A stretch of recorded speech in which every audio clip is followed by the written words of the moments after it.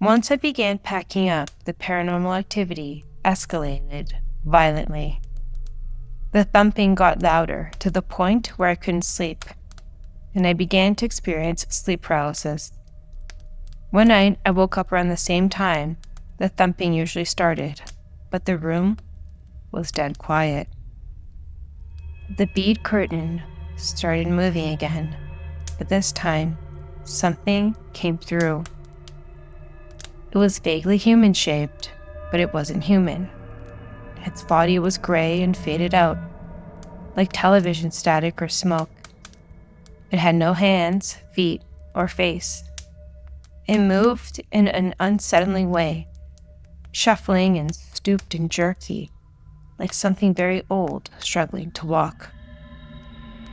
I lay there frozen in fear as it moved slowly across the room.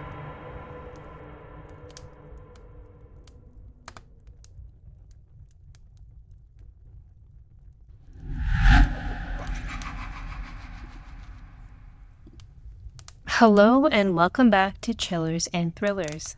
I am your host, Em, and in this podcast, I read true stories of people's encounters with the strange and unexplained. No comedy, skepticism, or gore, only 100% true spooky tales.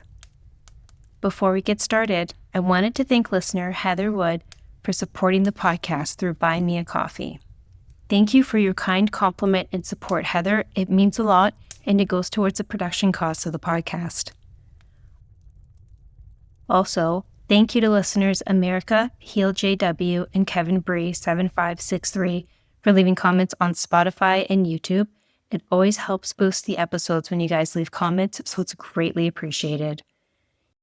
When I was 8 years old, my family moved into a new home where, for the first time, I had my very own bedroom. The house had been built sometime in the 1960s or 70s and sat in a quiet, family-friendly neighborhood. At first, everything felt normal. But late at night, I started hearing creaking sounds and what unmistakably sounded like footsteps in the attic directly above my bed. Terrified, I'd run into my parents' room to tell them what I'd heard. A few weeks later, my parents discovered that a family of raccoons had made themselves comfortable in the attic. The mystery noises had a logical explanation. And it's true, most bumps in the night can be explained away. Footsteps might just be the house settling. Whispers could be the wind squeezing through old weather stripping. But what about the things that can't be explained? Like a shadowy figure caught in the corner of your eye, or a voice calling your name when you're home alone. The idea of haunted houses has fascinated and terrified us for centuries. From ancient castles to suburban homes, the notion that a place can hold onto energy, spirits, or trauma is a powerful one. And some of the most famous hauntings have become pop culture legends. In 1977, the Amityville Horror was published, telling the supposed true story of the Lutz family. They had moved into a large Dutch colonial home in New York, just 13 months after Ronald DeFeo Jr. murdered 6 members of his family there. The Lutzes bought the house at a discount, and soon after moving in, they reported chilling paranormal events. Cold spots, swarms of flies, disembodied voices, and violent, demonic encounters.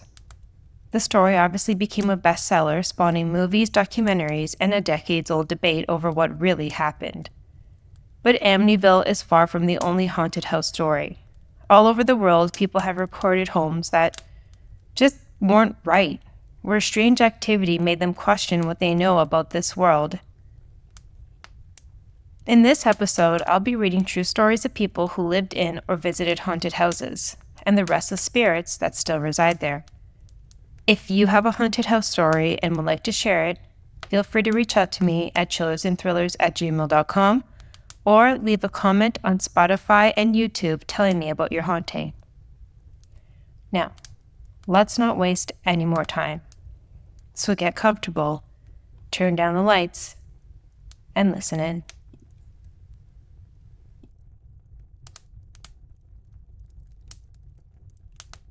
Our first house, submitted by user Thursday's Girl. When I was about 8, our family moved into our first home. It felt like it took forever to find a house, and after months of looking, I'd announced I wasn't going with my parents to look at homes anymore. They keep looking. My mom comes home one night, super late from one trip out, gets really sick, seems really shaken up, and then suddenly we're packed and moving into a little town in the Pine Barrens. It was a fairly newish home, but we were the third owners. The family before us had just gotten divorced, which was still something you didn't really talk about at the time, and seemed scandalous.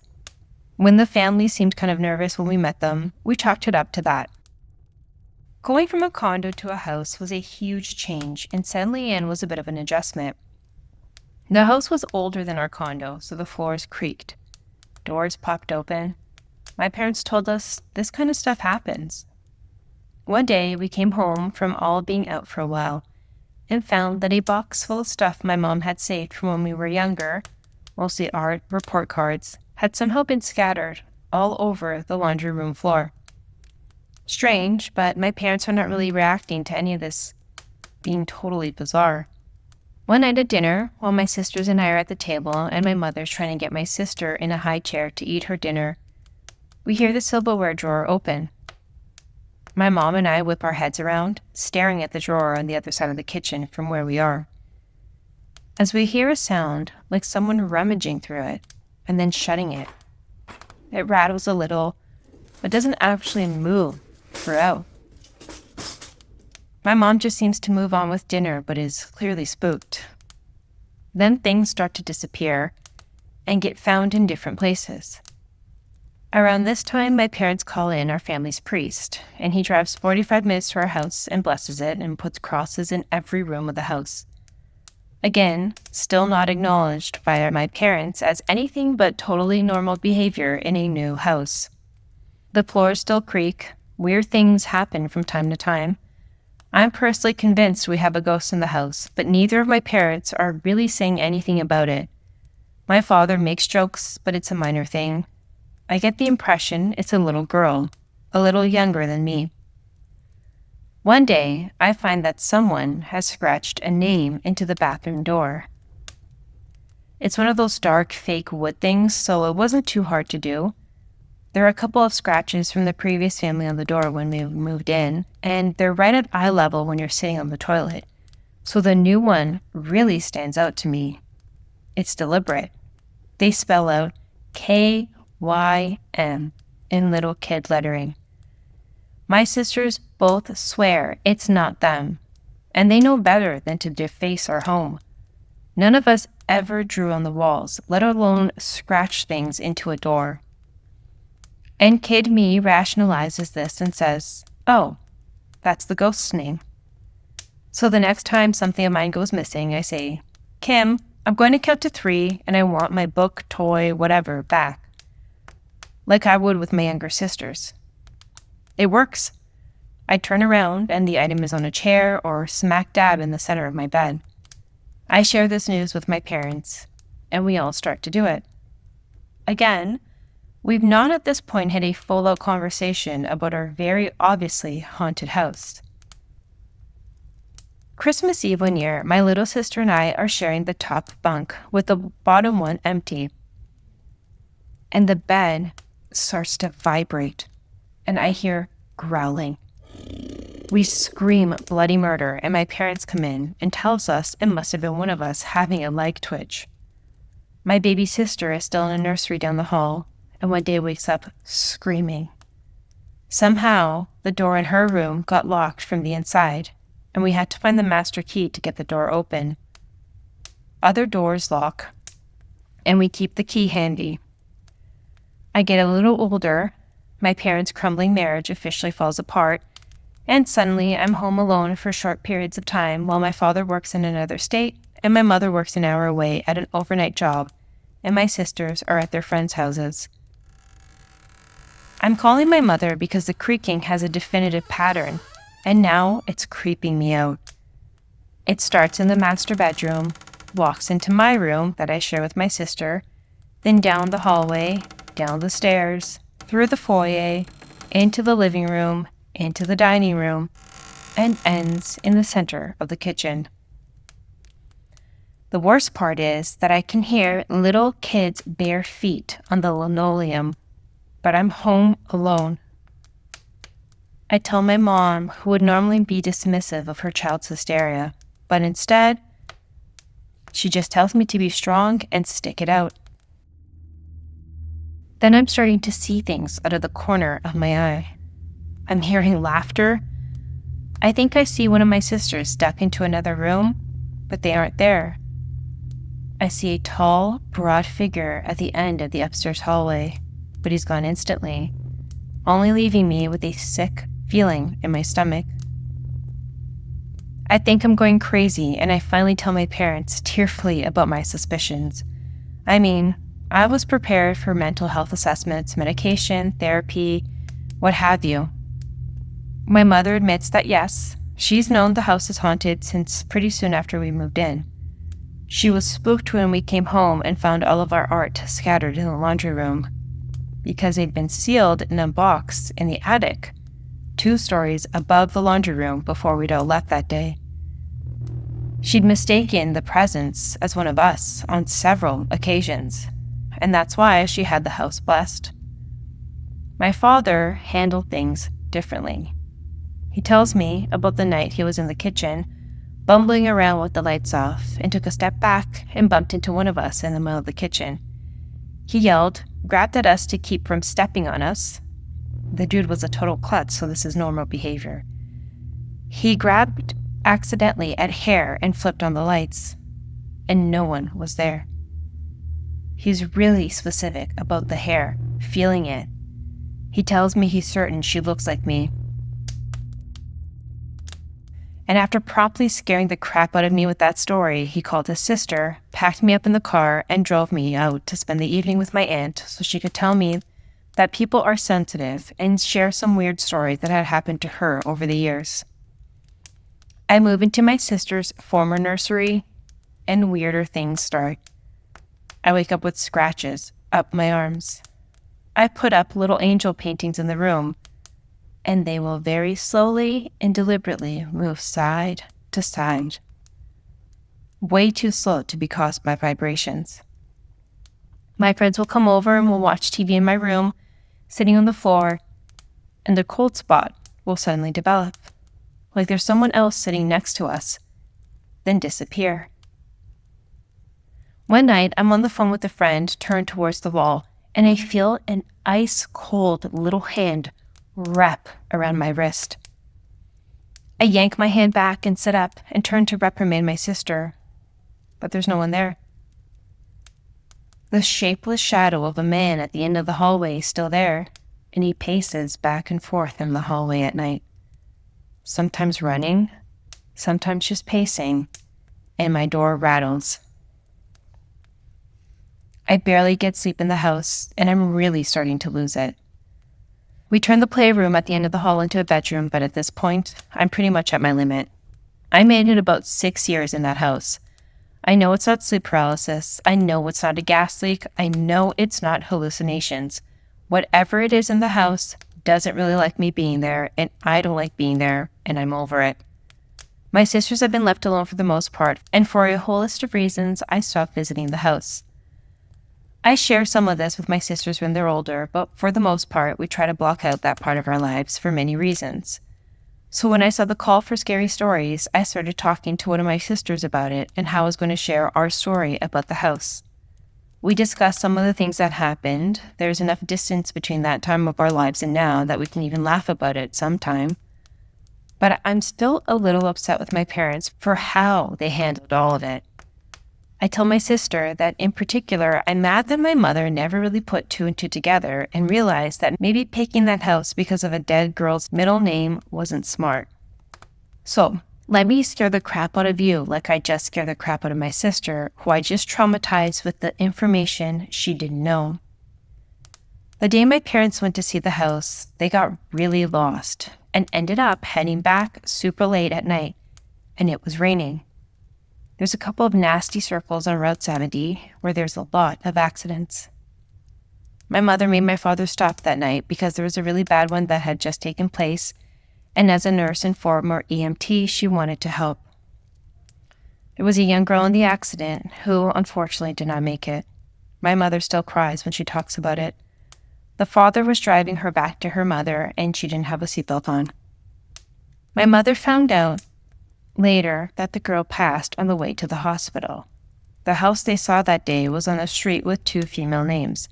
The second one was Joy, and she found out that the little girl's middle name was Joy. I don't know if Kim was the same girl. Her first name was not Kim or anything close, but she pretty much matched the description my mother gave me. I still don't know what other thing to think, and I don't want to know.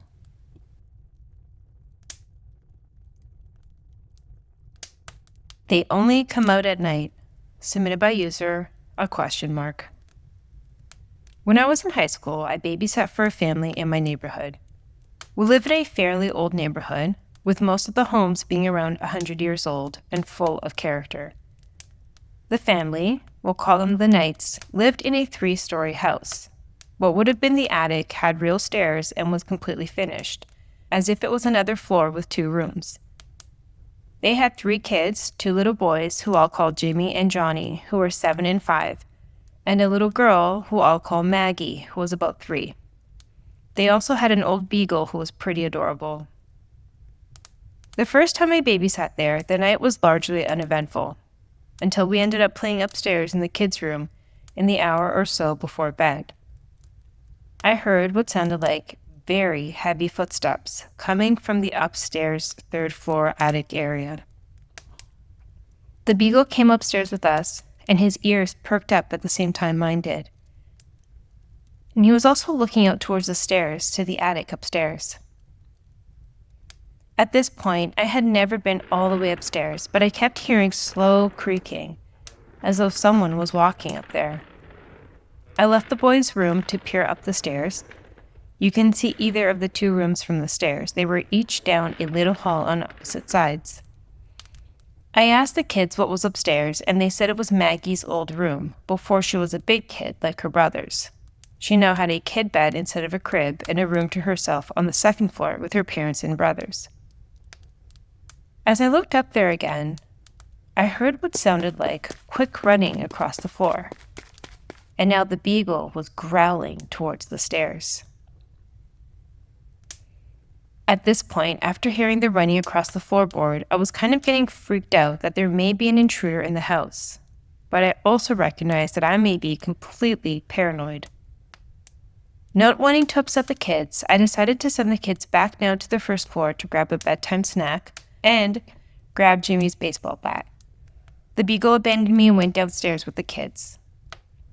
When I got upstairs and flipped on the light in one of the rooms, it was an incredibly creepy nursery, straight out what I'd expect to be in a horror movie. It was all pink and white with a crib, a bunch of creepy, dusty china dolls that for some reason were not moved downstairs to Maggie's big new kid room, and a rocking chair. The window was left open slightly, and the rocking chair was actually rocking. I got a horrible feeling, and just knew I wanted to get the hell out of there. I heard a woman's voice, very clearly speaking from the next room, and the hairs on the back of my neck went up.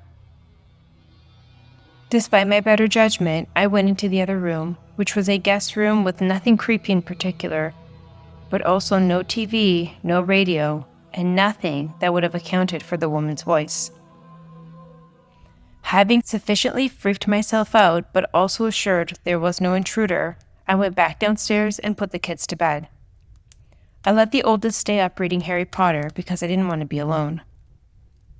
I continued to babysit at the house because the pay was good, but I would consistently hear a woman's voice coming from upstairs, or footsteps. I didn't go back upstairs to inspect and tried to play down in the living room or even the basement as much as possible to avoid hearing what was coming from the attic. I tried to ask the kids about it without scaring them, but they never really commented on it. Flash forwards a few months, and I had to cancel babysitting because of an out-of-town swim meet that wouldn't get me back in time. And I asked my friend Terry to come over to babysit in my place. I didn't tell her that the house was haunted because obviously she would never have agreed to babysit for me if she thought the place was haunted. I just boasted about the good pay. She walked a few blocks to my house after the parents came home, and the first thing out of her mouth was, "That place is crazy haunted." Having someone independently confirm it gave me even more chills. She heard the footsteps and the women's voices, but said she heard two voices having a conversation. She, too, noticed there was no TV in the upstairs level to account for the noises. She also got a terrible feeling when she was upstairs. So to solve the problem of our terror, we started babysitting together whenever we could, which did actually help. That is, until one night when she couldn't come and I was alone. It was pretty close to Halloween, and the Knight's nephew, Jeremy, who was also 3 years old, was spending the week with them. Mr. and Mrs. Knight had instructed me that when it came time for bed, Jeremy was sleeping up in the old nursery in the crib and that his belongings were up there. The second I heard that, I felt uneasy. During the night, the kids were all showing me their Halloween costumes, and we played in the basement most of the night, having a great time until bedtime. I put Maggie to sleep and let the older boys stay up playing. Then I tried to take Jeremy upstairs. He immediately threw a tantrum, which is actually pretty normal for putting a 3-year-old to bed. But I carried him upstairs, and as I was changing him into his PJs, he was sniffling. Then he started begging me to not make him sleep up there. He said, "Please, please don't make me sleep up here," over and over. I tried to assure him that it would be okay, all the while thinking this place is freaking scary. Then, all of a sudden, his face went very serious.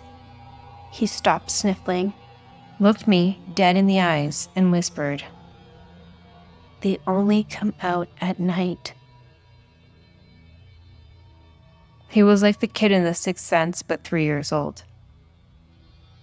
Then, from the guest room, I heard a loud bang and a voice. I grabbed Jeremy and his remaining PJs, ran downstairs with him in my arms, and told him he was going to have a sleepover with Maggie. There was no way I was making that kid sleep up there alone. When Mr. and Mrs. Knight got home, I tried to broach the subject and get information on the ghost, which I couldn't believe they weren't aware of. I mentioned that Jeremy was afraid to sleep upstairs and had become so upset that I let him sleep with Maggie. The parents casually mentioned that he had been having bad dreams of ghosts all week, how he had to get over his fear, and that it must be too much Halloween fun getting to him. A few years later, I was telling my parents about these events, and my dad says, "Wasn't that the Evans house?" And I had no idea who the Evans were. But apparently, before the Knights bought the house, the first Miss Evans had packed up and left suddenly in the night, never saying goodbye to anyone. Within 2 months, Mr. Evans remarried a woman who looked exactly like the old Mrs. Evans, and everyone thought how odd it was that the woman was basically her twin. Some less observant people never realized it was a new woman. Then, within a year, the new Mrs. Evans died, and Mr. Evans moved out. Anyway, it just added a little more oddity to an already creepy place. Not sure if it's one of the two Mrs. Evans that is haunting the house, but that 3-year-old and I were on the same page.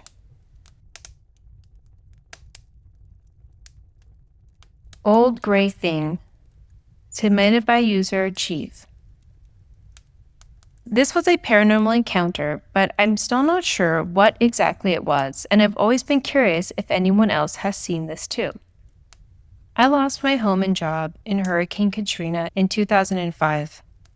I returned to New Orleans a month later to salvage my possessions and found a job doing disaster relief for FEMA.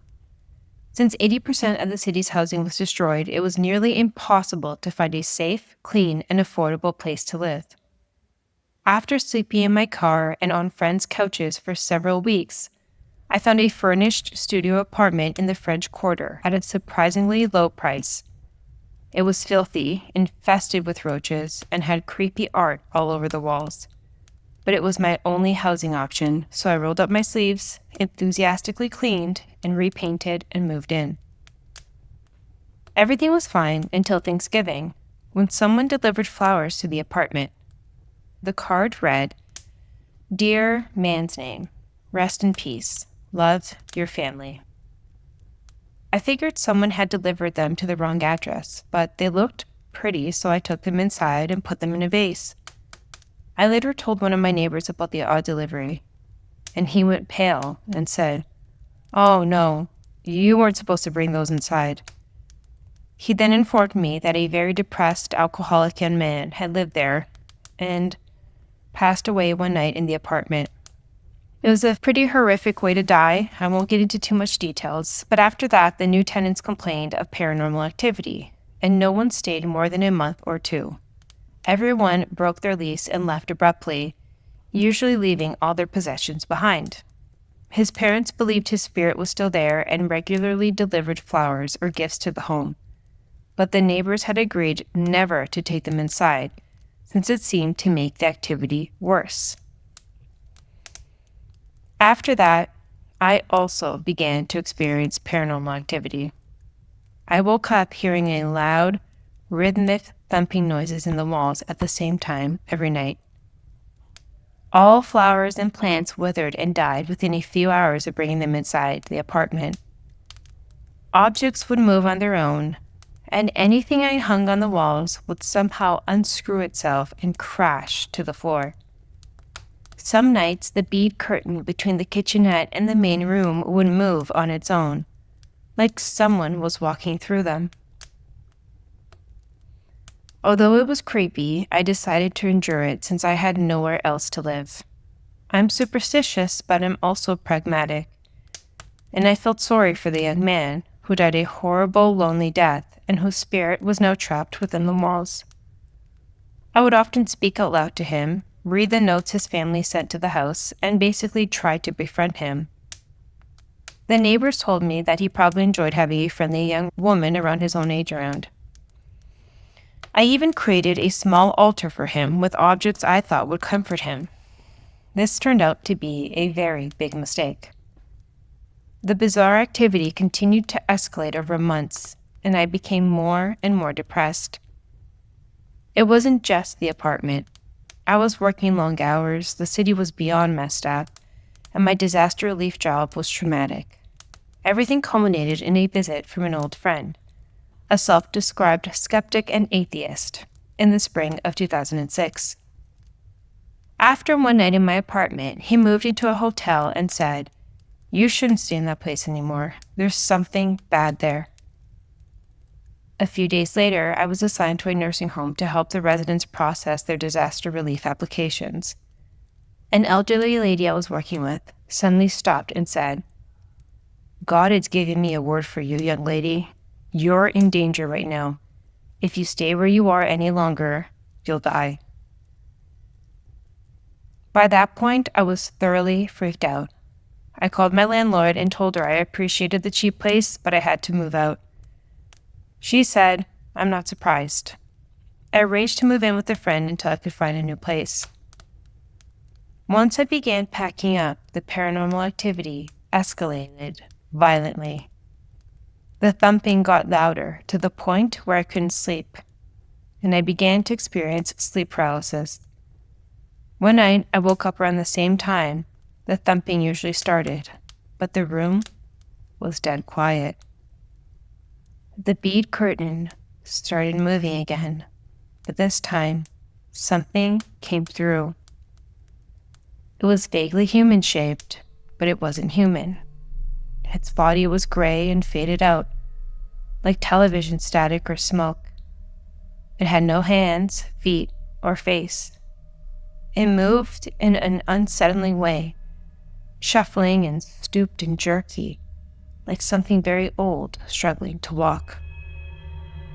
I lay there frozen in fear as it moved slowly across the room, eventually standing by the bed behind my head and leaned over until it loomed inches from my face. It let out a strange, high-pitched screech and then whispered something softly. I can't remember what it said, but something intended to be comforting, like, "Don't worry, baby." But as it breathed into my ear, a wave of cold, dark, clammy dread washed over my body. It was the worst sensation I've ever felt in my life. All I can describe it as is a feeling of dying alone in darkness and terror with no comfort. Then it faded into the wall and disappeared.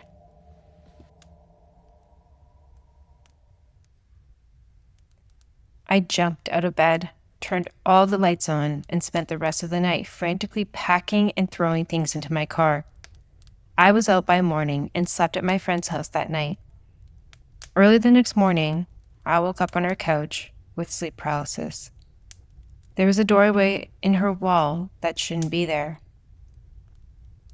It turned out there had once been a physical doorway there, but it had been plastered over into the wall. The old gray thing came through again, creeping into the room with the same weird, jerking movements. It leaned over me again until it was laying completely on top of me, whispering gentle nonsense into my ear, infecting my entire body with foul, creeping dread. Then it left, and the doorway disappeared again. My friend woke up shortly afterwards and said she'd had horrible nightmares all night. I threw away every object I owned associated with that apartment and called my mother a deeply religious woman. "I think a ghost followed me from my old place," I said, and I told her everything that had happened. She was alarmed. "That's not a human spirit," she said. "That's something else, pretending to be one." She sent me to her priest for a blessing. I saw it a few times after that, but it eventually faded away. It seemed to lose power over me the longer I stayed outside the haunted apartment. Years passed, and I eventually never saw it again. I still own one object from that apartment, though, an artwork that was hanging on the wall when I moved in, and I haven't been able to part with it. It reminds me of that stressful time, of everything I went through and survived. It's an abstract print of a light-colored piece of textile twisting across a black background. It's vaguely human-shaped, but it isn't human.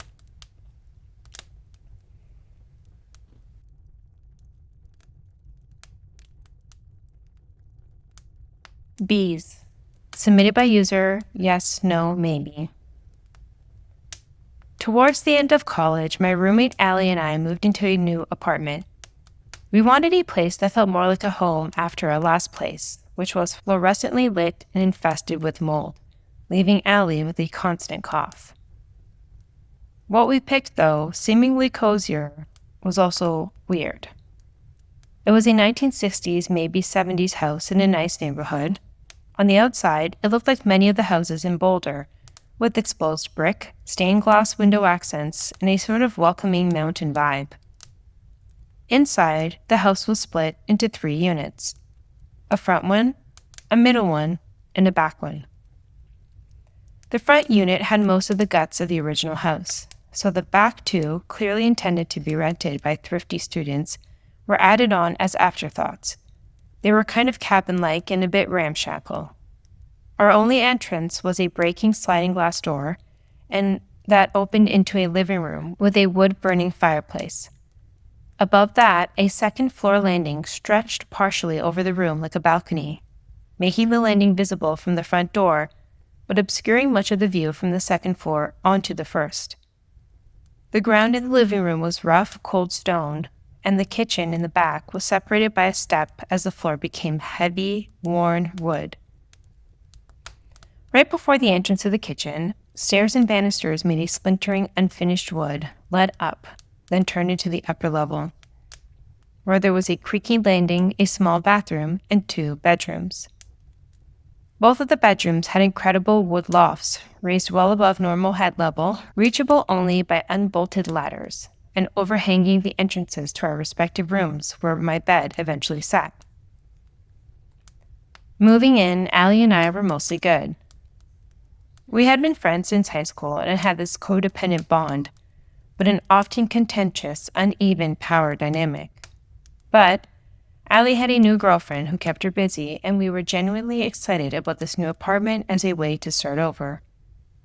So as a commitment to making this an actual home, Allie and I decided to substantially decorate the space and paint our rooms.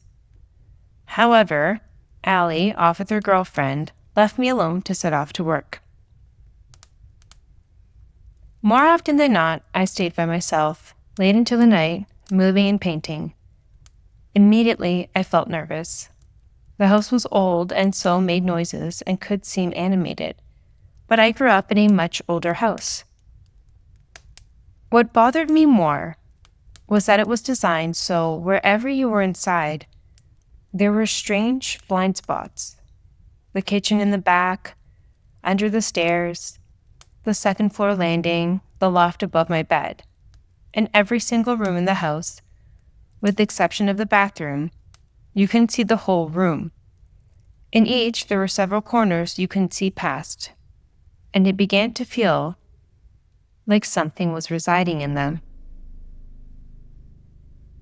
Sometimes, when I was upstairs, I'd hear movements in the kitchen. If I was in my room painting, I'd swear I'd hear someone come up the stairs onto the second floor landing where they'd stop. If I was in my loft, I'd hear what sounded like footsteps move up the stairs onto the landing and into my room, stopping underneath the overhang, just where I couldn't see them. Occasionally, I would see a figure out of the corner of my eye, a woman, I assumed. And more than once, I'd hear the footsteps or see the figure and start talking to it. "Hey, Allie, how was your night?" Or, "What's up?" Before realizing, Allie wasn't back. A couple of weeks in, having never mentioned it, I started talking to Allie about the feeling I got in the house. And without missing a beat, she says, "So you think we have a ghost too?" She relayed similar experiences. After that, having finally spent some time there, Allie painted her bedroom a bright yellow in contrast to my navy blue. She then asked if I could draw something on her light switch cover as a finishing touch. I, seeing her cheery yellow, decided to draw bees, believing that it would be a fitting theme. That evening, we reinstalled the etched cover to her wall. And the very next day, Allie's loft was swarming with bees. It didn't make sense. We didn't have a hive nearby, and they weren't building one. We often hung out on the roof outside the window and checked again. No hive either. They also weren't even the more common wasps. They were proper bees, and a lot of them. It was filled with them. From then on, it became a running joke that the ghost gave us bees. But what became more apparent was that whatever it was, for whatever reason, was keeping an eye on me. It seemed to spend a lot of time around me. At night, if I was studying the loft, I'd hear the footsteps or the landing shift. In bed, I would hear what sounded like something heavy moving, sometimes breathing, in the platform above me. Books kept up their rustled, and little keepsakes rattled around like someone was inspecting them.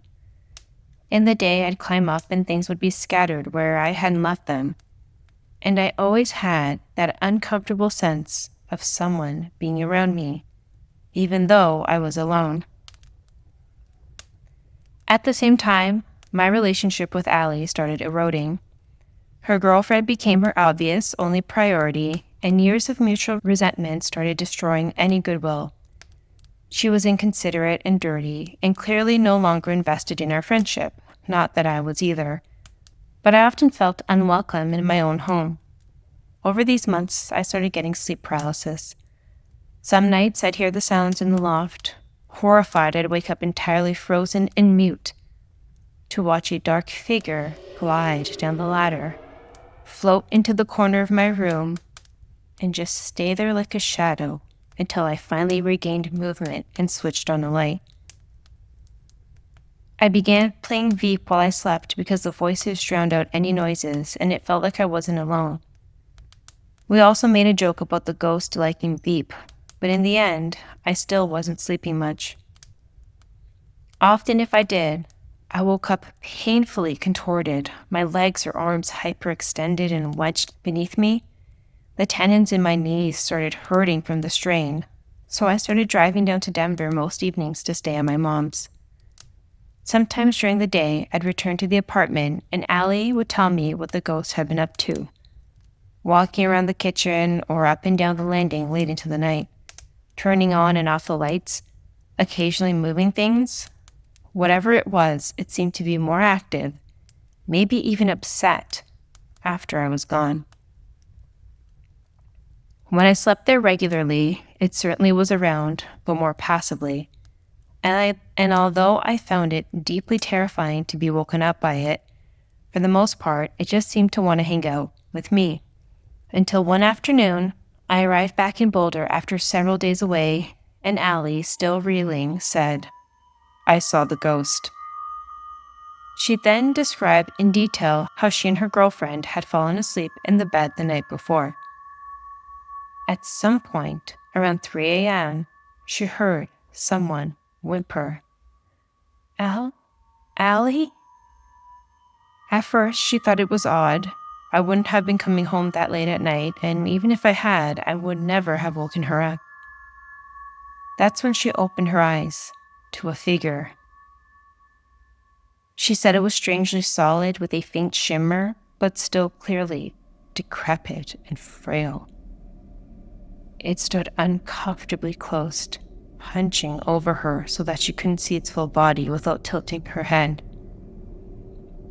When she did, its head looked almost human, but featureless.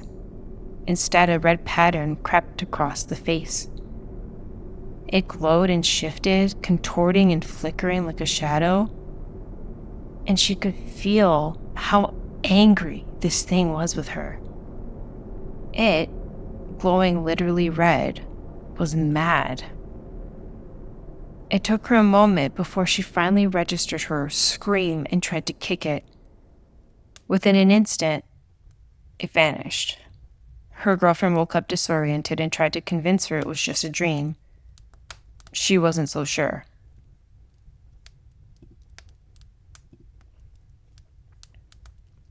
For me, that was pretty much the end of it. I never wanted to see this thing, ever, much less figure out what it actually wanted.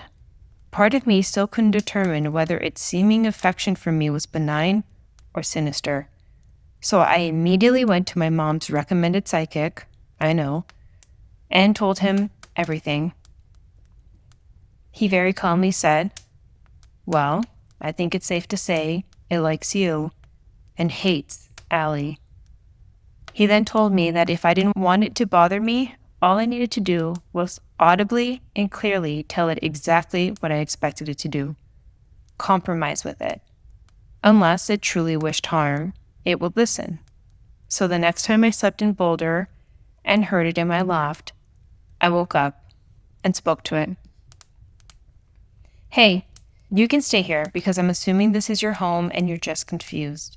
And so long as you don't hurt me, that's fine. But you can't keep me awake like this, and I don't want to hear you, and I certainly don't want to see you." Mercifully, it never responded. After that, I'd still hear footsteps or the occasional noise. Things would be moved, but it truly did get better. Allie, for her part, stopped talking about it as much and never mentioned seeing it again. Eventually, we finished college, our friendship ended, and we both moved out. A few years later, I met a girl who went to school in Boulder shortly after me. I asked her in passing where she lived, and sure enough, it was my old address. I mentioned the ghost, and she, horrified, said, "I can't be alone in that house."